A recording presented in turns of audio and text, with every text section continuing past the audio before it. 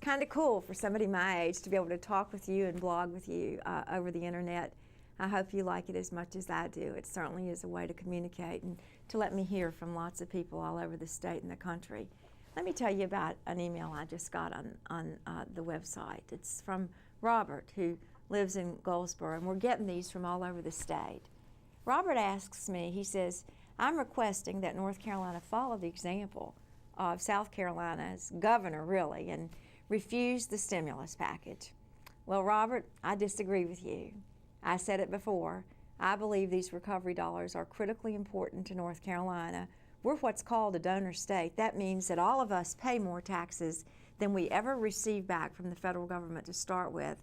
So I was really grateful in this kind of economy, with the horrible demands that we have with the loss of revenue because so many people find themselves unemployed, that we would have a hand up from the federal government, because you and I both know, Robert, we didn't do a thing in North Carolina to cause this crisis.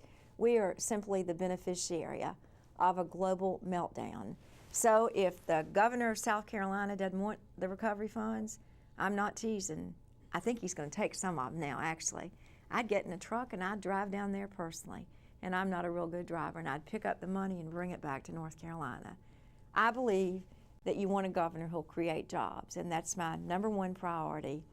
The recovery dollars that North Carolina is receiving will help put folks back to work and train them for really good paying jobs all across North Carolina.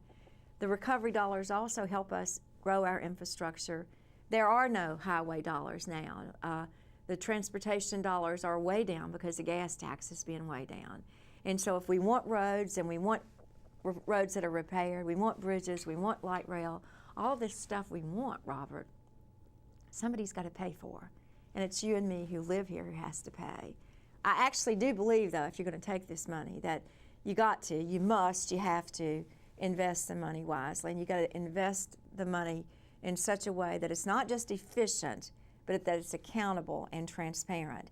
So you can go to my website, ncrecovery.gov, and you as a taxpayer and as a citizen can track every single cent of these recovery funds. You'll get to see the decisions I'm making about how to invest the money, the decisions local governments and others are making, and at the end of the day, you're going to be able to hold us accountable for investing the money in a way that makes a difference.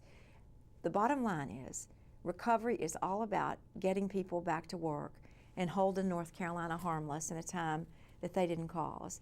And just for your information, you can keep sending me these emails, and we may disagree, but the one thing we do agree on is that it's really important that we communicate.